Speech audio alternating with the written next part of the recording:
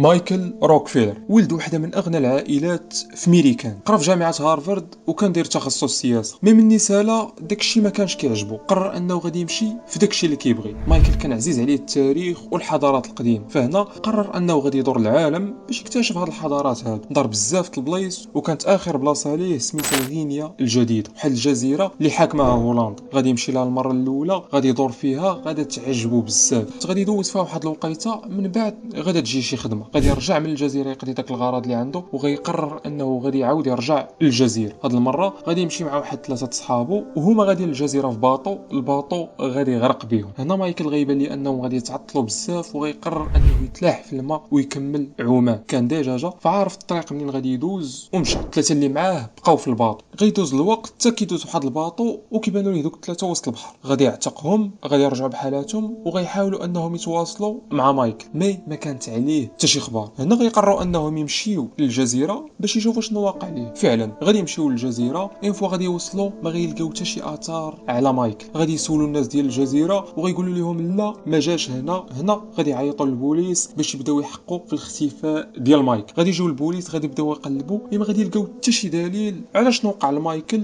ولا فين هو. وغيخرجوا ببلاغ على ان مايكل اغلبيه غادي يكون مات وسط البحر. من العائله ديالو ما تيقوش البلان، ولدهم عوام ومن صغره هو في البحر وولد الماء. وبما ان عائلته كانوا عندهم الفلوس بزاف، فغادي يكلفوا محقق باش يقلب ليهم في القضيه. المحقق غادي يقلب على مترجم اللي كيدوي باللغه ديال شعب البابوا. غادي يمشيو عندهم للجزيره وغادي يبداو يحقوا معاهم، كيسولوهم على مايكل واش عمركم شفتوه ولا سمعتوا به. كلشي كينكر وحتى واحد ما كيعرف. وهما كيحقوا، المترجم اللي كان مع المحقق كيسمع واحد جوج كيدويو بيناتهم وكيقول ليه عندكم تقولوا لهم على داك خونا الابيض اللي قتلنا.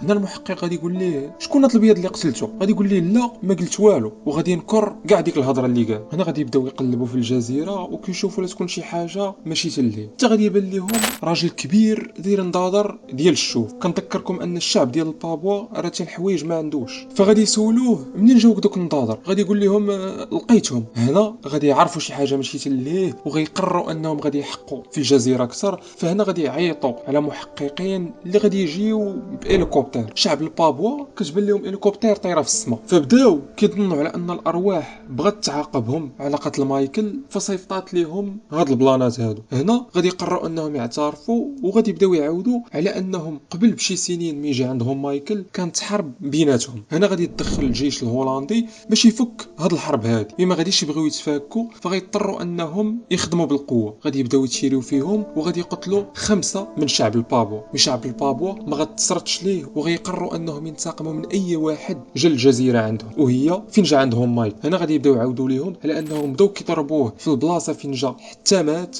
غيخرجوه من الماء وغادي يقطعوا ليه راسو. غياخذوا الدماغ ديالو غادي ياكلوه، واللحم ديالو خلاوه باش يطيبوه مره. الدم ديالو غادي يهزوه وغادي يديروه في طاسات باش يديروا به دوك الطقوس اللي كيديروا في الجزيره. مع الوقت ناسيونال جيوغرافيك غادا تمشي لديك الجزيره وغادي دير وثائقي في ديك الجزيره نيت. الغريب في هذا الوثائقي هذا هو اننا كنشوفوا شخص بيض مخشي وسط شعب البابوا وكيدير نفس دوك الطقوس اللي كيدير. هنا بنادم بدا كيعطي افتراضات على ان هذاك خونا هو مايكل، وعلى ان مايكل ما ماتش وغي اخترع هذا البلان ديال الموت ديالو باش انه يقدر يعيش مع شعب البابوا وما يلقاش مشاكل. القصه ديال اليوم سالات. الى عجبكم الفيديو لايك وسبسكرايب، ونشوفكم في قضيه جديده.